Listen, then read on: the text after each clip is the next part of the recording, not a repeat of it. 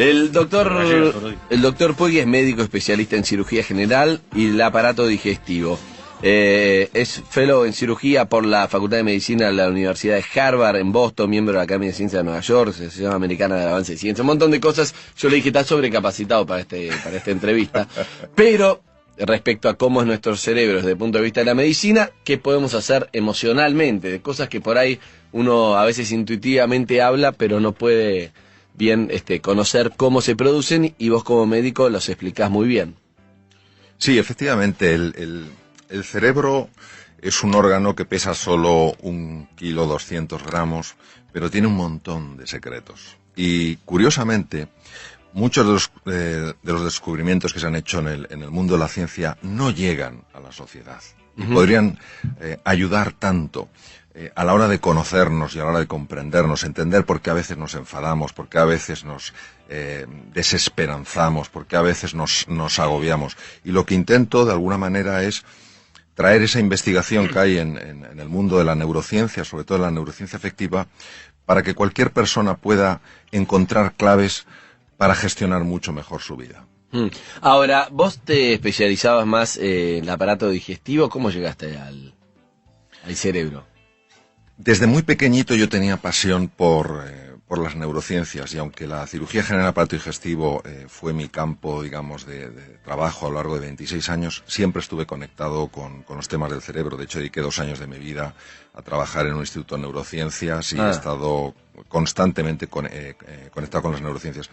Tengamos en cuenta, Andy, que muchas de nuestras emociones tienen un reflejo inmediato en el tubo digestivo. Hay una cosa que se llama la intuición, la inteligencia intuitiva, a la que se le da muchísimo valor, y que, si nos paramos un momentito a pensar, es esa sensación, los ingleses, los americanos dicen I feel in the guts, como que lo siento en las tripas, esa sensación que tienes, y es porque uno de los mapas de los sentimientos más importantes del cerebro, que se llama la ínsula de Ryle, está recogiendo constantemente información del tubo digestivo. Pará, porque eso ya me interesa, porque la otra vez habíamos hablado con un cardiólogo diciendo, cuando vos estás mal del corazón porque, no sé, te deja alguien, es como una angustia, y si había algo más literal o poético, o había una realidad. Vos decís que cuando uno, esa cosa de la entraña que la sentís, tiene una explicación real, no es algo poético. El nudo en el estómago. El nudo en el estómago, la angustia que se te cierra el estómago, que no querés comer. Exacto. Lo que dijo ese cardiólogo es absolutamente así. Se han identificado 3 cerebros. El que es más conocido, el que está en la cavidad, en el interior de la cavidad craneal, es uno. Luego hay un cerebro en el corazón y hay un cerebro en el tubo digestivo. Para que te hagas una idea, la hormona más importante en los estados de serenidad, de calma, que es la serotonina, el 90% de la serotonina se produce en el tubo digestivo. Esto podría explicar muchas veces por qué cuando una persona está nerviosa y come algo, pues también tiene esa sensación de calma. Esos cerebros, esos 3 cerebros... El chocolate. El chocolate, exactamente. Aparte que el chocolate facilita la generación de un neurotransmisor, pues que hace, entre otras cosas, que nos sea más difícil dormirnos y ayuda a estar alerta. Esos 3 cerebros, en principio, han de estar conectados, y están conectados. Lo que pasa es que a veces se independizan. Cuando se independiza el cerebro del tubo digestivo, la persona tiene un montón de incomodidades, lo que se llama el colon irritable, espasmos, alteraciones en la digestión. Y muchas veces, desde el punto de vista de la medicina, hay opciones muy pobres para que esa persona tenga menos dolencias. Sin embargo, cuando esa persona reduce su ansiedad, cuando esa persona ve la vida con más ilusión, con frecuencia y de forma natural, aunque pueda llevar un tiempo, ese tubo digestivo vuelve a sincronizarse, por decirlo de alguna manera, con lo que es el tejido cerebral fundamental en el interior de la cavidad craneana. Pero ¿quién manda a quién? Es una gran pregunta. Cuando el tubo digestivo se independiza, quien manda en los asuntos del tubo digestivo es el cerebro del tubo digestivo. Y el otro, aunque tú digas, yo quiero estar bien, no sucede. El plexo de Meissner y Auerbach, que son lo que constituyen el cerebro del tubo digestivo, deciden ir por su cuenta, se convierten en rebeldes y generan todo tipo de alteraciones, incluso afectan, como todos sabemos. ¿Y cómo hago? Pero tengo que comer mejor, si no quiero ni comer, si tengo una angustia. ¿Cómo hago para hablarle a ese cerebro? Bueno, si quieres te cuento una historia que yo viví hace tiempo, muy interesante. Vino una mujer a mi consulta, una señora de unos 50 años de edad, que se llamaba Margarita y que trabajaba en fusiones y adquisiciones. Y era la primera vez que iba a mi consulta, llevaba un sobre lleno de pruebas, me miró y me dijo, doctor, no puedo más. Me duele tanto el estómago. Le digo, siéntese, siéntese. Cuénteme. Dice, llevo 3 años con unos dolores digestivos horribles. Me han hecho de todo, endoscopias, me han dado papilla con radiografías, estoy con omeprazol, que estaba con 40 miligramos, dosis máxima, y no se me quita.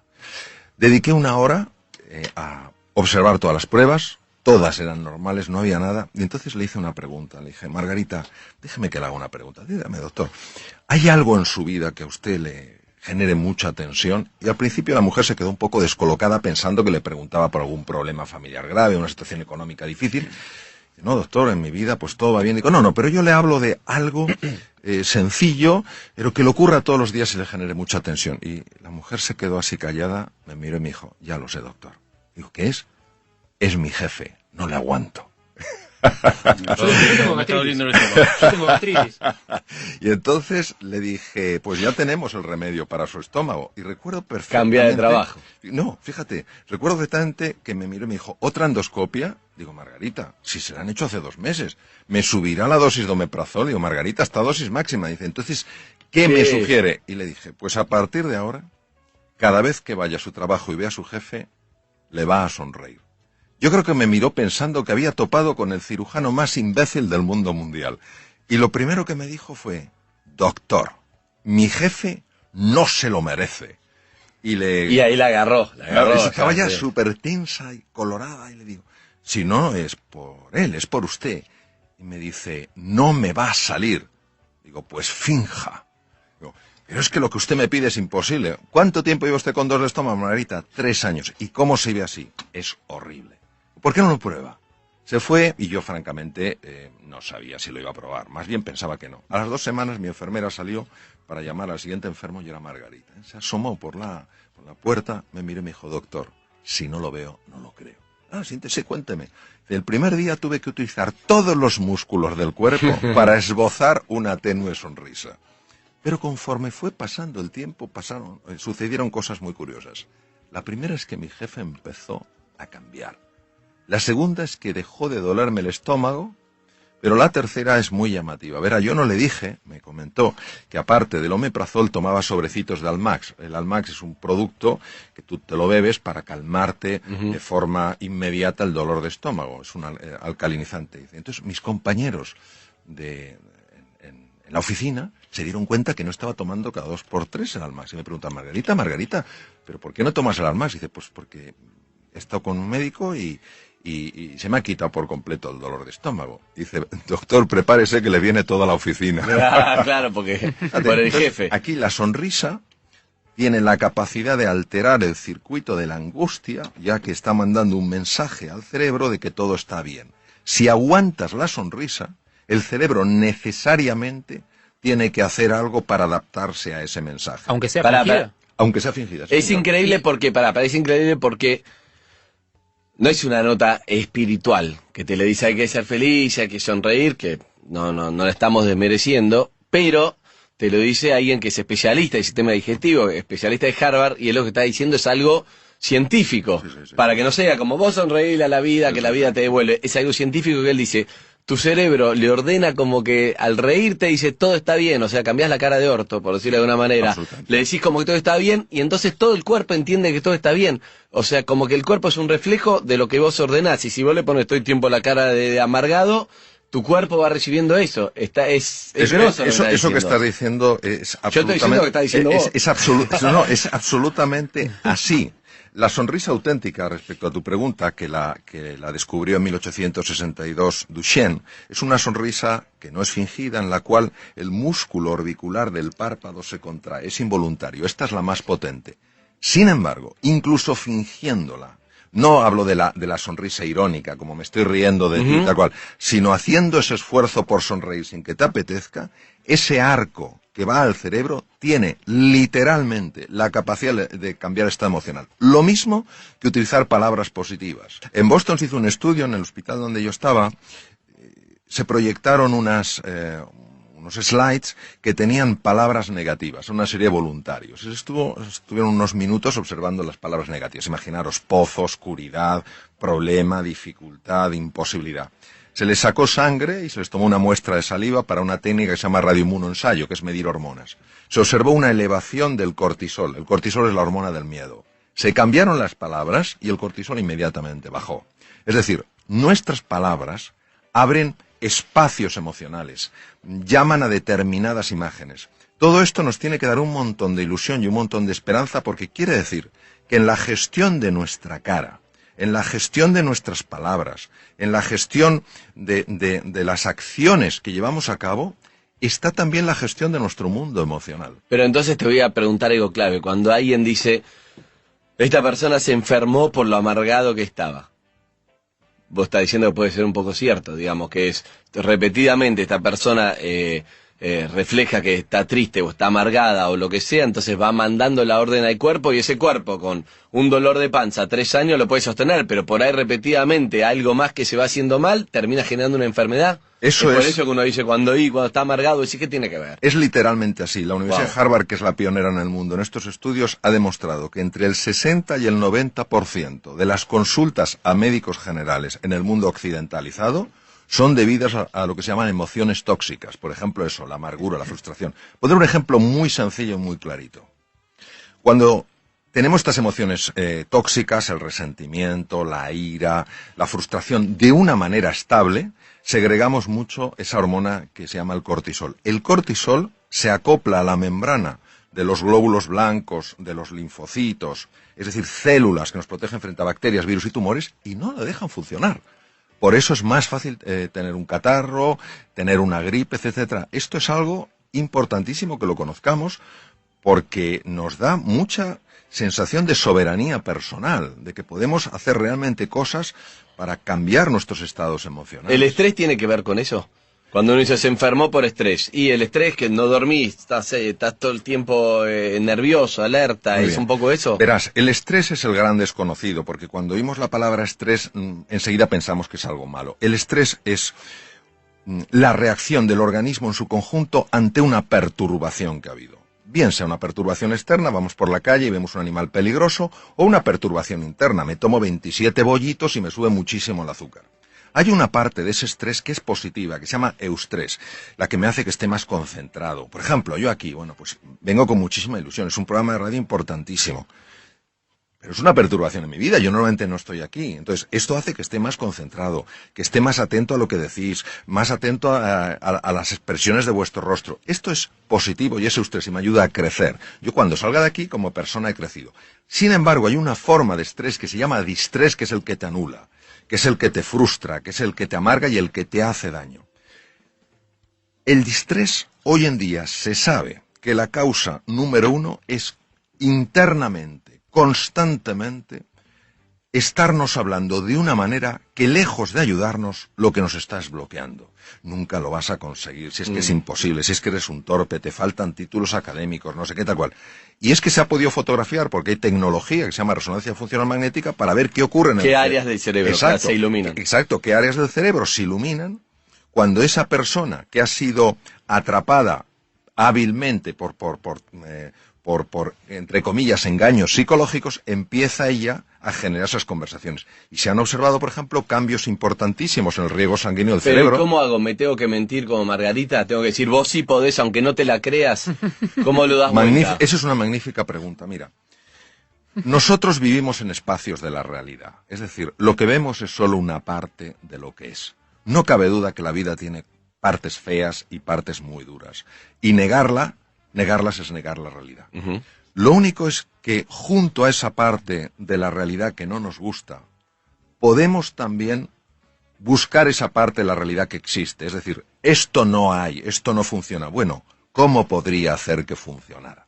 Ten en cuenta que donde nosotros llevemos la atención van nuestras emociones y se hace más real para nosotros. Es decir, si solo estamos enfocados en el aspecto negativo de las cosas, llega un momento, literalmente, en el que aunque haya algo positivo y valioso, no lo podremos ver, es imposible verlo. La percepción es una construcción cerebral.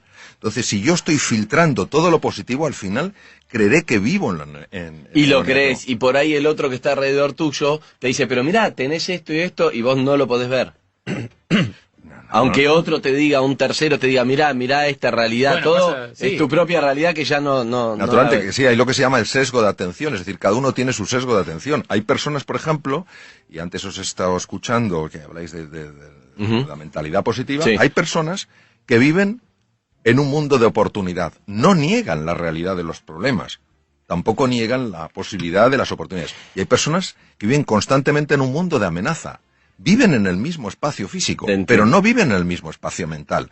Claro, si yo vivo en un espacio de amenaza, ni seré emprendedor, como estáis comentando antes, ni trataré a la gente con afecto, porque veré enemigos. Tengo miedo al fracaso, exacto, tengo todo el tiempo miedo. Y eso es la profecía que se autocumple. Si yo creo que hay oportunidades, encontraré una dificultad, tendré que lidiar con esa dificultad, pero yo no me concentraré, no llevaré toda mi atención al problema, sino también a la búsqueda de la solución, con lo cual es mucho más probable que la encuentre. Pero eso no es genético, no tiene que ver con la personalidad, es decir, soy una persona, hay personas que es como, voy para adelante. Yo hablaba con un amigo ayer, y que él no, le digo, pero vos cómo hiciste, fallecieron en un año y pico los dos padres, ¿no? Cuando tenía 20 y pico.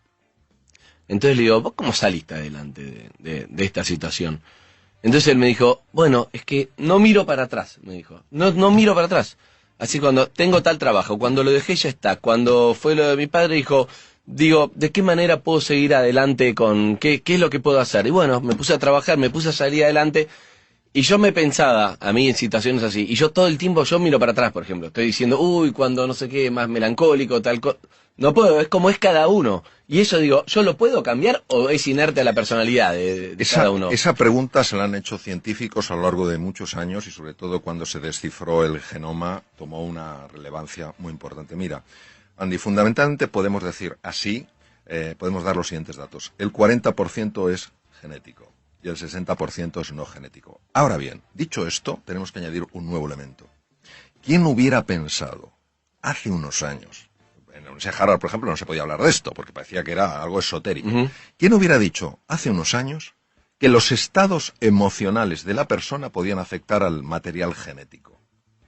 Hoy hay una ciencia de peso sólida, más que reconocida, llamada epigenética, que demuestra que los estados emocionales de las personas movilizan ciertas hormonas, moléculas de la emoción, que interactúan con la membrana de la célula, tienen acceso al material genético y hacen que unos genes se queden dormidos y otros genes despierten. Imaginaros el impacto de esto, es decir, hay algunos genes que es fabuloso que despierten, genes relacionados con neurotransmisores asociados a la inteligencia, y hay otros que es muy interesante que sigan dormidos, oncogenes, genes con relacionados enfermedades. Entonces, ¿qué quiere decir? Que una vez que se ha descubierto la epigenética, ya tampoco podemos decir 40 y 60, como decía nuestro gran filósofo José Ortega y Gasset, el ser humano no es un participio, es un gerundio. No estamos hechos del todo, sino que nos vamos haciendo. Digo, yo entiendo que uno, forzándose a tener gestos positivos y a pensar en palabras positivas y en hablarse a uno mismo de manera positiva, puede generar ciertos efectos. Mi pregunta es, ¿eso no es muy a corto plazo? Digo, el cerebro en algún momento, así como las cucarachas se adaptan a los nuevos insecticidas, no se aviva de que lo estás queriendo engañar, de que esa sonrisa es falsa, de que en realidad el resentimiento, el sentimiento profundo está más arraigado que lo que esa sonrisa puede remover. Muy bien. Vamos a ver. Lo primero que tenemos que entender es que esto es un proceso. Es decir, no es que una persona finja una sonrisa, estamos hablando que no es una mueca irónica, sino el caso Margarita. No, una sonrisa. Exacto. Sí. Aunque todavía no le salga porque no tiene la emoción ni la simpatía hacia esa persona. Es un proceso. Entonces lo que tenemos que entender es el proceso. Y la pregunta es, ¿realmente el cerebro puede cambiar? Yo me acuerdo que cuando estaba en la Facultad de Medicina y tenía 19 años, teníamos una profesora de psicología, un poco dura la mujer, y dijo, a los 7 años la personalidad está totalmente definida. Yo me quedé un poquito... No, pero el cerebro es plástico, cambia. Exacto. Entonces, hoy sabemos que el cerebro es plástico. Entonces, la neuroplasticidad tiene dos componentes. Tiene dos facetas. Uno, la conexión de nuevas neuronas, y otro, la generación de nuevas neuronas a partir de células madre. Nosotros podemos generar entre 500 y 1000 neuronas a partir de células madre al día. ¿Qué quiere decir? Quiere decir que cuando nosotros estamos buscando el lado positivo de la vida, sin negar que hay un lado muy duro, muy doloroso y muy desfavorable, estamos cambiando la estructura física del proceso. Para que una... Estamos influenciando sobre para qué van a servir las nuevas neuronas que se crean. Exacto, el nuevo tejido cerebral. Entonces, ten en cuenta que las células madre tienen que viajar 1 milímetro hasta el hipocampo, y ahí en 21 días se han convertido en nuevas neuronas. Estas nuevas neuronas de la memoria y el aprendizaje reestructuran toda nuestra personalidad, porque tienen conexiones a la corteza cerebral. ¿Qué quiere decir? Que en el fondo estamos reinventando nuestro cerebro, y va pasando el tiempo, y si nos mantenemos, si seguimos con nuestras caídas, con nuestras desesperanzas, diciendo, esto es una tontería, pero volviéndolo a tomar, llega un momento en el que el cerebro realmente, físicamente cambia, y de manera natural empiezas a ver con especial facilidad aquello de la vida que sí está bien. Con lo cual, tu forma de relacionarte con la vida es radicalmente distinta, porque te relacionas con más ilusión, con más alegría. ¿Niegas el problema? No, pero das más peso a la oportunidad. Ok, está bueno. Pero tenés que, es un ejercicio difícil, porque parece fácil, pero si vos tenés bronca, cuando yo tengo que ir y reírte, para que no sea irónico, para que sea en serio, tengo que sobreponerse esa bronca y decirte, hola, ¿qué tal, doctor? Buenos días, ¿qué tal? Y es como, ¿viste? Entonces, sí. El orgullo y el resentimiento puede traerte una enfermedad a vos. Sí. Eso es lo que hay que entender en lo que él está diciendo. Sí. No es hacia la otra persona, no se entera, es a vos que te hace un mal. Entonces, cuando tiene una bronca o tiene algo guardado, no se lo puede sacar de encima, cuando insulta al aire, cuando le pega una trompada a una pared, cuando grita, digamos, cuando eso se lo saca de encima, ¿o no? Mira, eso es verdad. La sensación que una persona tiene en esos momentos es de liberación. Lo que se ha visto es que cuando se utiliza con frecuencia ese canal, el tejido cerebral dedicado a la expresión violenta de las cosas aumenta. ¿Qué quiere decir? Quiere decir que hay un camino, y completamente de acuerdo con lo que habéis dicho, esto no es sencillo. Quien pretenda decir que esto eso es humo puro, eso es engaño, y eso es tomar el pelo a la inteligencia de las personas. Es un proceso que requiere un compromiso enorme, y ese compromiso solo llevas a cabo cuando eres consciente, un poco lo que decías tú, Andy, del precio que estás pagando, del precio que has pagado y del precio que vas a seguir pagando en tu vida. Pero que garantizás que funciona, que está comprobado. Sí, quiero decir que... Eso es lo que me importa rescatar. Y no solo que esté comprobado, es que yo lo experimento en mi propia vida. Y respecto a la pregunta que tú hacías, que yo creo el comentario que es fundamental, ¿qué hacemos en los momentos de esa tensión? Pues yo recomendaría mucho lo siguiente. Es una técnica increíblemente sencilla. Tomar una hoja de papel y empezar a escribir las emociones. Ponerte a escribir las emociones. Enojado, furioso. Exacto, enojado, furioso, no puedo más, tal cual. ¿Por qué esto es tan potente? Porque la zona anterior izquierda del cerebro, que se llama la zona prefrontal izquierda, es la base de las emociones positivas. Cuando nosotros, una emoción que la tenemos ahí y que nos está desbordando, pero que todavía no la hemos articulado en el lenguaje, empezamos a articularla en el lenguaje, a la fuerza para poderla articular en el lenguaje, para poderla escribir, tiene que pasar por la zona prefrontal izquierda. ¿Y entonces qué pasa cuando pasa por ahí? Pues imaginaros un hierro súper caliente que lo haces pasar por un tanque de agua fría. Entonces, no es que la temperatura, ese aumento de temperatura desaparezca por completo, pero sí se aminora. Y en ese momento ya puedes gestionar. Luego, otra cosa importantísima y que se ha demostrado de una utilidad máxima es, en esos momentos, cuando uno está así, uno es peligroso. Es increíble porque mi papá viene siempre, es sexólogo, mi padre médico, viene acá siempre con una frase que recién lo entendí desde el punto de vista de la neurociencia. Él siempre dice, lo que se verbaliza deja de ser peligroso. Y es exactamente lo que acabas de decir, que vos lo explicaste por qué es así, porque hay algo negativo que pasa por el otro lado del cerebro y eso lo tranquiliza. Entonces, o hay que decirlo o hay que escribirlo, está diciendo todo lo que uno siente. Lo que hoy sabemos desde la neurociencia, que han pasado muchos años, es que hay muchos elementos químicos. Y cuando hay esa frustración y esa tensión, hay una química que nos convierte en personas peligrosas. En ese momento, si tú vas a tu casa, vas a ver a tus hijos, vas a ver a tu mujer, a tu marido, a quien sea, y les vas a ver como oponentes, es decir, les deshumanizas. Entonces, hay otro sistema súper sencillo y súper potente para reducir esto, que es el ejercicio físico. No hablo de irse a un gimnasio, hablo de que en esos momentos de tensión empezar a andar deprisa por la calle. Los demás pensarán... Caminar. Claro, pero caminar acelerando el corazón y la respiración. ¿Por qué? No caminar normal. No caminar normal. Tienes que hacer, es decir, como si fueras a perder el autobús, pero sin estar corriendo. ¿Por qué? Porque al hacer eso hay dos cosas que se ponen en marcha. Una de ellas se llama, o dos hormonas, se llama la oxitocina. Más conocida en la mujer, sin embargo en el hombre tiene un papel importantísimo. Y el otro es la beta-endorfina. Ambas hormonas tienen la capacidad de desconectar un núcleo cerebral que se llama la amígdala. La amígdala y el hipotálamo son las bases de las reacciones de ira. Por eso, si un día alguien sale del trabajo y está porque le han hecho la faena, le han maltratado, esos momentos que todos podemos experimentar en nuestra vida, mi propuesta para la evaluación de los radioyentes es que no vaya directamente a su casa. Porque sino que va a contaminar con porque lo va a esa ira contaminar todo. Esa activación produce una contaminación llamada resonancia límbica en todo el mundo, sin darte cuenta, por los gestos, por el tono. Entonces, que se ponga a andar deprisa, entonces produce una... ¿Cuánto tiempo al toque lo va a calmar? Pues mira, si la reacción de ira es intensa, necesita 20 minutos. Si Caminando es menos intensa, rápido. caminando rápido. Entonces, esa aceleración hace que la hormona, la oxitocina, empieza a desconectar la amígdala deja de interactuar con el hipotálamo, que es donde está donde ponía Freud, precisamente el id, la parte más bestia del ser humano la ponía el hipotálamo, que el hipotálamo tiene el tamaño de un guisante, pero manda lo que no se sabe. Entonces la amígdala desconecta el hipotálamo porque a su vez ha sido desconectada por la oxitocina. Y te hago una pregunta para entender un poco esa bronca, porque lo mismo que en otro momento, suponete que mi jefe me maltrató. Hay días que no te hace nada y un día que se me activaron los cables y tengo una bronca que es la que vos decís. ¿De qué depende eso? Depende. ¿Qué es lo que se produce ahí? Es una pregunta importantísima. Depende de cómo yo evalúe en ese momento lo que está pasando. Vamos a ver. Hay hechos que son objetivos. Es decir, si a mí se me cae la botella aquí, todo el mundo lo ve y se decir, a mí se ha caído la botella. Pero hay hechos que hay un elemento que es subjetivo. Se cae la botella y yo mismo me digo, qué torpe soy. Eso es lo que genera todo el daño. Entonces, muchas veces, cuando somos hipersensibles a comentarios de los demás y nos enfadamos, es porque previamente nuestro diálogo interior nos ha estado poniendo la cabeza como una jaula de grillos. Lo que pasa es que como actúa a nivel inconsciente, nosotros no nos podemos... damos cuenta Exacto, y surge en ese momento. Exacto, no lo podemos oír, sí lo podemos sentir.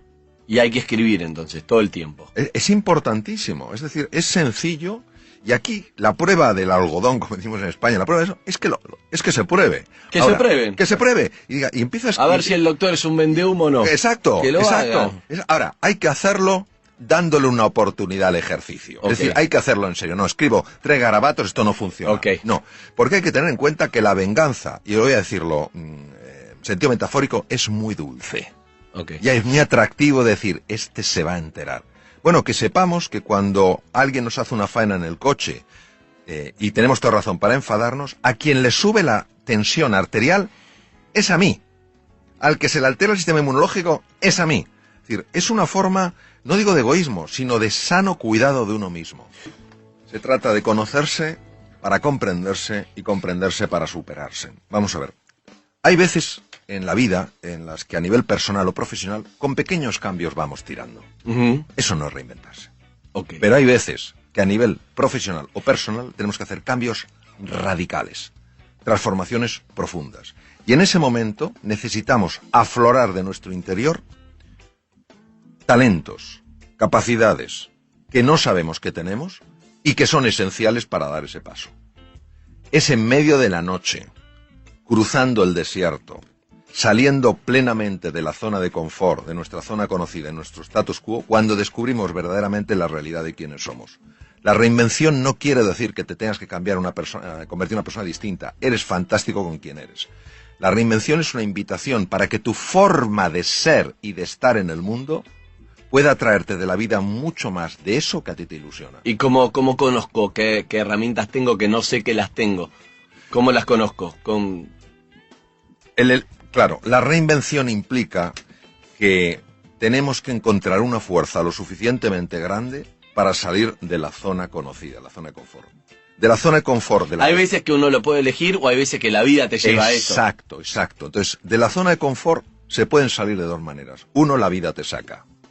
Ya está, estás fuera. Con lo cual, no tienes más remedio que ponerte en marcha. Y otras veces, cuando tú escuchas algo, lees algo, ves algo que te inspira para darte cuenta de que hay algo más grande que eso que tú estás viviendo. Y entonces, desde la fe, es decir, desde el convencimiento de que hay un mundo mucho más ilusionante el que puedes vivir, das el paso. Solo cuando das el paso, empieza a suceder. Es decir, tu pregunta... A medio camino no va. Tu pregunta es muy difícil de responder de una manera puramente racional, porque es, yo daré el paso cuando lo vea. La respuesta es, nunca lo verás si antes no das el paso. Correcto. Hay que ir al vacío, es el famoso vacío. Eso es. Ir al vacío, no hay ninguna garantía, no sé, mandarse. Pero es difícil, porque uno como que no podés. Claro, como claro. cuando sos nene no puedes dejar de andar con rueditas, cuando tenés que tirarte una pilita, un trampolín y te da miedo, ese vacío es difícil, doctor. Bueno, ¿cuáles serían tus 5 conceptos, 3, lo que quieras de resumen de todo lo que hablamos, digamos, para llevarnos a conclusiones?